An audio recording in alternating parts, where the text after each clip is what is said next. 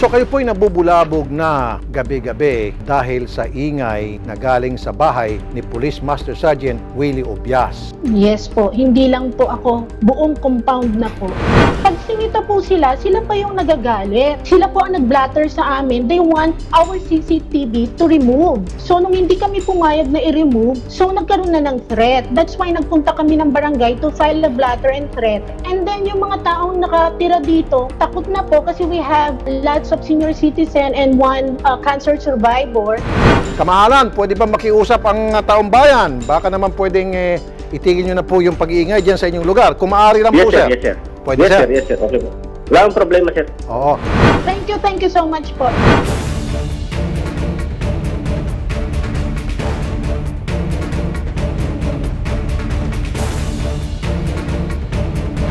Ngayon ay andito na tayo sa compound kung saan nakatira si Ma'am Ima at yung pulis na kanyang tinutukoy. At dito ay magtatanong-tanong tayo ng mga kapitbahay kung ano nga ba yung mga nangyayari dito kapag gabi at ano na nga ba yung naging desisyon ni Ma'am kung patatawarin niya ba itong si pulis o kakasuhan niya. Nandang umaga, ano pong pangalan po ninyo, sir? Saan ba? Ay Idol Rafi. Ay, na-comment ako dyan. Sir, kayo daw yung sumasayo dun sa video. Ma-proven niyo ba yun, ma'am, na ako yun? Madalas, sir, kayo ay nag-uinuman dito sa labas. Hindi, na-comment ako dyan. Ano comment? Ma'am, apo, kilala mo po ba yung pulis po dito na kasama niyo po sa loob ng compound? Oo, sa kaharap ko doon. Ma'am, yung interview ko po kanina na naka-block na sumasayaw daw sa video, siya po ba yun, ma'am? Oo, siya yun. Nasa video. Yun po ang laging kainuman ni pulis. Ay, oo. Yun ang makulit din. Yung iba, wala rito. Nag-alisa na, wala na. Yun na lang, isa na yun ang natitira rito. Takot kay Sir Tulfo. Pag nag-happy-happy sila, ma'am, hanggang anong oras po ang tinatagal? Ayun, nagkabit ako niya, no? Napunta ako sa barangay, oh. Hindi na ako makaano kasi may sakit ako eh. Yan, no? Kinabit ko yan, no? Ano po yung pinakabit niyo, ma'am? Ayan, no, mga pintuan nila, pinaglalagyan ko yan eh. Kaso masama eh, lalong naggabi-gabi ang inuman. Halos gabi-gabi. Lahat ng pintuan yan, meron yan. Magulo sila pagka mga nakainom na, nagsisigawan. Eh, may dinaramdaman ko sa katawan. May diabetic ako. Ano ang rason nitong si pulis at yung mga kasama niya, ma'am? Eh, may mga bisita sila daw eh. Totoo lang, napeperwisyo na ako. Mga ilan po sila, ma'am? Minsan, 10, ganyan. Okay, so kahit may COVID pala, eh, pasaway. Ay, naku. Pag nakainom na, sigawan sila dyan, takbuhan sila dyan. Ay, minsan, nagigising ako, nagugulat ako. Di naman ho sila nananakit ho dito o nananakot na dahil siya ay nasa kapulisan. Minsan, sumisigaw sila. Sinong nagsumbong? Sinong nagsumbong? Eh, minsan, kaming dalawa nakakainitan, kami daw nagsumbong. Napagbibintangan. Eh, minsan nga yung proteksyon, natatakot kami.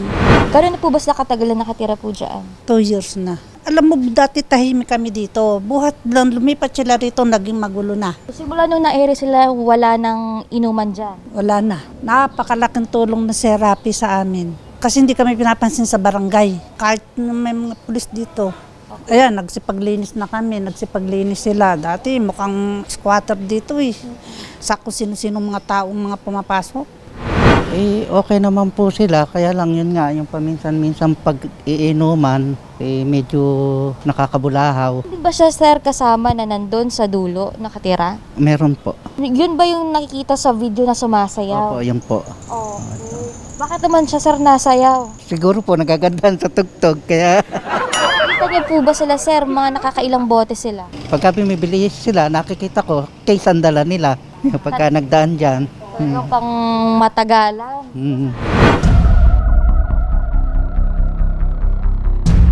Isa rin kayo sa kainuman ni Sir Obias. Sa time na yun, ma'am, oo, ma'am. Pero si Sir naman, ma'am, yun ay namin, nagkamali kami kasi si Sir talaga, mabait talaga yan, ma'am. Wala kaming masabi talaga kay Sir kasi sa time na yun, ma'am, hindi ko naman na-expectan na ganyan pala yung nangyari na pala dito. Siyempre kami, pasalamat rin kami kay Sir habang wala pa kaming trabaho, na lockdown kami. Kami sa kumpanya namin, siyempre si Sir nagpaano sa amin yung pagkain namin dito, siyang tumutulong sa amin, pero hindi naman na talaga namin expectan na ganyan ba. Pero ibig sabihin, sir, ay araw-araw kayong umiinom? Hindi naman, ma'am, hindi talaga kami. Madalas? Hindi man, ma'am. Sir, mga gaano kayo karami kapag nagiinuman? Kami lang 4. Yung tiyuin ko, ganyan lang. Kami lang. Tapos, siyempre, akala mo parang marami kami, pero hindi kami, ma'am, na ma'am, siyempre nahiyain kami sa mga Pero kasi yung ingay ninyo naririnig hanggang sa kabila kasi etong compound na to tahimik talaga. So, mauulit po ba yung ginagawa ninyo na pag-iingay tuwing gabi? So, sa time na yun, ma'am, pag dating ng alas 10 naman, ma'am, hindi naman kami talaga ma'am. Siyempre, kung sinabihan kami agad na, sir, pwede na binigyan talaga kami ng isang chance na, siyempre ganyan talaga kami na parang maingay lang kami magsalita, ma'am, pero hindi talaga kami na lasing talaga, ma'am, siyempre. So, eto sir, sana ito na lang po ay maging silbing aral sa inyo na pwede ho ba na itigil muna natin? Okay, ma'am. Oo, opo. Exactly, ma'am, ito to be honest yung dito, ma'am, minsan, si sir kasi sinabi na rin naman niya, mabait. Totoo yun, kasi matagal namin nakasama yan si sir Mula pandemic, ma'am, si sir, good Samaritan yan. Nagpapadala si sir ng bigas, galing probinsya nila. Pinamimigay niya pa yan, nagpapapunta ng tao dito para mamigay ng bigas sa Kami, simula nung lockdown, si sir nagsusuporta sa amin ng pagkain namin kasi wala kaming trabaho. Napapansin niyo ba na masyadong maingay na tayo tuwing gabi? Ay, actually po, yan naman, ma'am, nakita mo ba yan? Sila nag-print niyan na hanggang alas 10, no? O sige, hanggang alas 10 tapos, walang ingay. So dapat kung gusto nila na mas maaga, kinausap nila kami na baka sir, baka pwedeng na lang, pagka kayo, baka pwedeng hanggang ganitong oras na lang. Simple lang naman ikausap. O kung hanggang alas 10 lang, bakit kailangan sobrang lakas nung hiyawan natin, ng Ay, mga music natin? Kasi naririnig, nabubulahaw daw yung mga kapitbahay. Ay, hindi po talagang ganun kalakas, ma'am, actually. So, ano lang kasi compound, kasi kulog yung pero yun nga ang problema, kulob kasi. Kaya kumbaga, ang ingay talaga, maririnig hanggang doon sa dulo kasi kulog. Pero kung sabihin na maingay talaga, hindi siya totally maingay. Siguro nagkikwentuhan lang kami, malakas lang yung boses namin, no? Pero yun nga ang problema, malakas kasi ang boses, tapos may background music, may video okay. Kasi hindi, ma'am. Hindi naman sa all the time na na may video kayo Ito hindi sinabi na araw-araw kami nagiinom. Wala nga kaming trabaho, araw-araw kami magiinom. Saan kami kukuha Madalas. Hindi sabi kasi sa video halos araw-araw kami nagiinom Saan kami kukuha ng pera namin na pang-inom, 'di ba? Sabihin na araw-araw kami uminom. 'Di ba, ma'am? Wala nga trabaho, araw-araw kami magiinom. Kasi nakikita kami sa pag sir na nakitaan na sumasayaw. Ayun talaga siguro nung time nun kasi gumawa kami ng aircon ni sir. So yung paano lang, kasi wala naman kaming bayad lang sa amin ni sir noon, pero hindi naman kasama si sir Not all the time na masama sir sa amin kasi may pasok yan si sir Sabihin na ina-admit mo din nung panahon na na-videohan ka, talagang nagiinuman kayo noon. Kasi sumasayaw ka Yun niya kasi gumawa nga kami ng aircon ni sir, yun yung pinakabayad niya sa amin. Marami rin ako nakikita, ma'am, sa bawat nakalagay na units. Meron ding mga nakalagay na ganito, na mga pakiusap po sa lahat. Oo, nag-start yan nung nag-start silang mag-videoke. Okay, kailan po yun, ma'am? Mga anong buwan? July. Pinadaan pa yan sa barangay Tapos pinapirma kami sa likod niyan na nagko-confirm kami regarding dito sa request. So after po na ito ay mailagay, ma'am, sa bawat units, nasunod po ba nila po yan? Mas lumala kasi parang napahiya yata sila. Mas lumala. So hindi na yan nasunod. So nagbabanggit, ma'am, yung isa po natin doon na kasama sa inuman ni police na sinusunod daw po nila yon na before 10 PM tapos na daw sila. Hindi daw sila maingay. Hindi po totoo yun. Kitang-kita naman po sa video Sinira pa nila yan. Meron isang set doon, sinira nila. Hindi pala yung nandun, si Sir Hernan, pasaway. Oo, yan yung sumasayaw sa video. Oo, yan yung lagi nag-aamok ng away dito. Ang banggit niya daw, ma'am, ay madalas daw, hindi daw sila nagiinuman, kundi kumakain lang daw sila sa labas. Oo, ginawa nilang bahay yung driveway. Driveway yan So, dapat hindi nila ginagawa yun, tama? Tsaka hindi naman yata siya taga dito talaga. So, kumaga, itong si Sir Hernan, talagang pasaway na nga at hindi pa umaamin din sa kanilang ginagawa. Sinasabi nila sinungaling daw kami. There is evidence, so you cannot lie with evidence. May nabanggit kayo, ma'am, na pinapatanggal daw ang CCTV? Yun. Yung CCTV ko, gusto nilang alisin kasi daw nakikita sila. Sino nag-request, ma'am, na kausapin ka doon? Yung pulis. Ano yung pagkakasabi niya? Nag-blatter yung wife ng pulis na gusto nilang alisin yung CCTV kasi namomonitor daw sila. Yan, mayabang yan. Si Botlog. Isa rin po sa kainuman. Hi, sir. Magandang hapon. Ano pangalan mo, sir? Ma'am. Mamaya na po. Isa po kayo sa kainuman. Hanggang anong oras kayo sir natatapos? Alas 9, ma'am. Hindi hanggang madaling araw. Hindi, ma'am. Di ba sumasayod? Mamaya, ma'am, mamaya. Dumaan po ma'am na si Botlog. Ano po ang ugali no? Kilala ko lang siya nung inuman na laging nakikipaghamon ng away dito. Parang galit siya. Pag nakakainom na kasi sila, medyo maingay na sila. Ano pa yung meron po kayo na ebidensya na talagang may ganun silang ginagawa lagi? Ito, yung nagluluto sila sa stairs na hindi naman nila bahay. So, yung isang unit owner dito, ginagawa nilang lutuan yon, ihian, lutuan, lahat-lahat na lagayan ng manok, everything doon nila nilalagay. Okay. Yun po ay bago sa mag-inuman session. Yes, doon nila lahat niluluto yung pulutan. Ito yung bahay ni Pulis sa baba. Ito yung hagdan, hindi kanila yan. Ngayon, ano po yung naging reaksyon ng may-ari ng unit, ma'am? Tinawagan siya na wag nang magluto. So, nag-stop naman for a while. Then, balik ulit. So, wala na po ngayon ditong nakatira? Wala na. Hindi na nila kaya yung ingay. Tsaka yung nasa taas nila na borders, wala nang tao dyan, umalis na rin eh. Okay, ano yung dahilan din, ma'am? So, maingay. Kasi work from home yung mga borders doon. So, ibig sabihin, ma'am, etong mga to, mga iba pa natin ma-interview, ano yung mga dahilan bakit hindi natin sila makausap sa ngayon? Medyo takot, natatakot talaga sila kasi yung privacy nila, security, and then yung iba may restriction sa work, ayaw nilang magpa-interview. Pero nag-sign sila doon sa petition on paano sila aalis. Sir John, nakamusta ang inuman natin dito sa gabi? Okay lang naman, ma'am. Anong pulutan? Kahit ano, ma'am. Hanggang anong oras kayo natatapos? May nakalagay, ma'am, alas 10, oh. Bago nakalagay yan, hanggang anong oras? Ang alas 10 din, ma'am. Pero pag, ma'am, pagtapos na, siyempre, pag dito sa labas, pag mga alas 10 na, lilipat na sa loob, di ba? Pwede na sa loob. Oo. Yun, lilipat na lang, ma'am, sa loob. May pagkakataon ba, sir, na sobrang lakas ng video okay ninyo, tsaka yung mga hiyawan nyo, sigawan ninyo?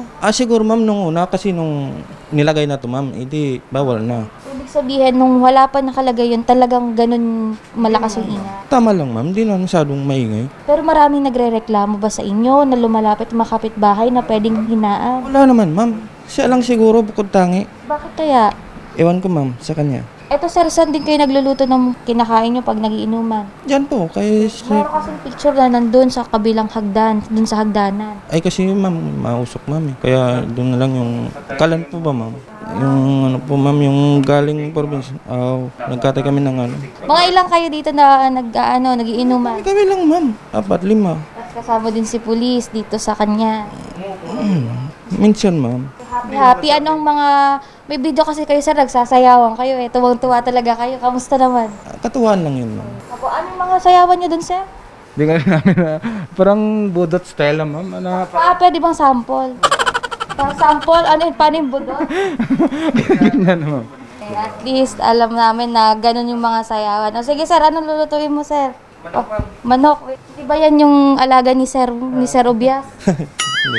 Galing palengke. Mamayang gabi may session pa kayo. Tigil na ma'am. Kauwi lang namin galing kami Bataan. Simula nung ito ay nailapit kay Idol, wala na. Wala naman. Paano pag nangyari pa ulit? Andiyan naman, may contact naman siya kay kay Idol Rapay. Eto sir, kasi syempre po bawal ang mass gathering. Kung kayo magiinuman, huwag nyo na ipakita ho sa ibang tao. Sa loob nyo na. Ma'am Imang, nung matapos ho kayo na mag-usap ni Idol, ang pagkakaalam po namin na kayo ay magkakaayos. Ngayon, nabanggit mo rin na merong kapulisan din ng araw na yon na pinuntahan ka na at tinulungan ka. So ano po yung nangyari doon? The next day po, after na ma-interview ako ni Mr. Rafi, may dumating po na kapulisan galing sa IAS. So nagpakilala po sila na sa IAS si Colonel Nelson Ferrer. At sabi niya po, pumunta daw po ako ngayon sa IAS, sa Camp Karingal, at tutulungan daw po nila kami sa problema tungkol kay Sir Obias. So pagdating ko po doon, inassist po ako, ginawan nila ako ng affidavit, hiningan ako ng pangyayari. Ginawa ko naman po kung ano ang gusto nila. Binigay ko po lahat ng ebidensya, pictures, kung ano man ang meron po kami. At yung iba naman, meron din yung mga neighbors, nasa kanila naman na po. So ang sinabi lang namin na hindi na kami maghaharap pa kasi natapos na dahil nag-file na po kami ng administrative. For the criminal case naman, ang naging settlement na lang po doon is kung maaari, lumipat na lang siya ng ibang matitirhan sana. Kasi the moment na lagi siyang nandito po, parang ang security pa rin ng buong compound is medyo hindi pa rin kami feeling safe. So, ang sinabi na lang po sa amin ni Colonel is huwag mag-alala, binigay naman po ang contact number. Lahat naman ng tulong na i-provide naman po ng IAS. Ibig sabihin ay hindi ka nakipag-areglo at tinuloy mo yung administrative case. So ano yung dahilan kung bakit hindi na natin, kumbaga pinatawad siya sa pagkakataon na nakapag-sorry siya sa inyo? Nagpunta siya rito, sincere naman yung apology niya. So sa amin naman, nagkakamali ang tao, pinapatawad naman natin.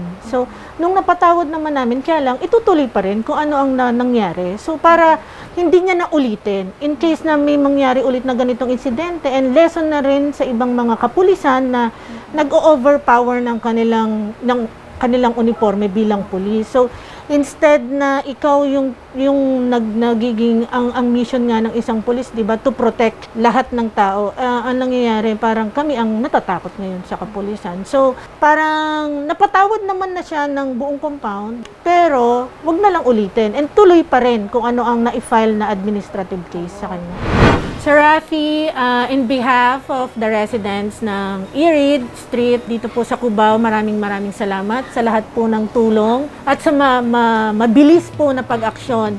Hindi po namin inaasahan na itong problema po namin ay agad-agad po na masusolusyonan because this has been our problem since I think last year pa po. So after po na mag-ere po, ang dami pong kapulisan na nagpunta po rito sa bahay to assist us. It only means po talaga na pagdating sa inyo, action agad. So maraming salamat po Sir Rafi and God bless po. Ang sarap kapag panatagsan man ng iyong tungtungan dahil merong rapid tulpo ka na masusumbungan. Pag sa hirap ang lahat ay gusto mo ng tuldukan, gagawa ng paraan pa siya ang iyong Meron na po tayong 18.8 million subscribers sa YouTube channel ni Idol Rafi. At kung nagtataka po kayo mga kapatid kung bakit hindi po kayo updated at kung bakit namimiss nyo po yung ilang episodes po sa Rafi Tulfo in Action YouTube channel, make sure po na pindutin nyo po yung bell button, nandyan po sa gilid yan. I-click nyo po yung all para updated po kayo kapag meron pong bagong release na video po ang Rafi Tulfo in Action YouTube channel ay agad-agad po kayo makakanood ng mga videos. At dumating man sa puntong makagawa ka ng mali dahil sa taong gusto mong ipaglaban, hamakin man nila o kutsain at ikay pagkaisahan. Idol, hindi ka namin iiwanan. Kakampi mo kami, kakampi mo ang Diyos dahil alam niyang gusto mo.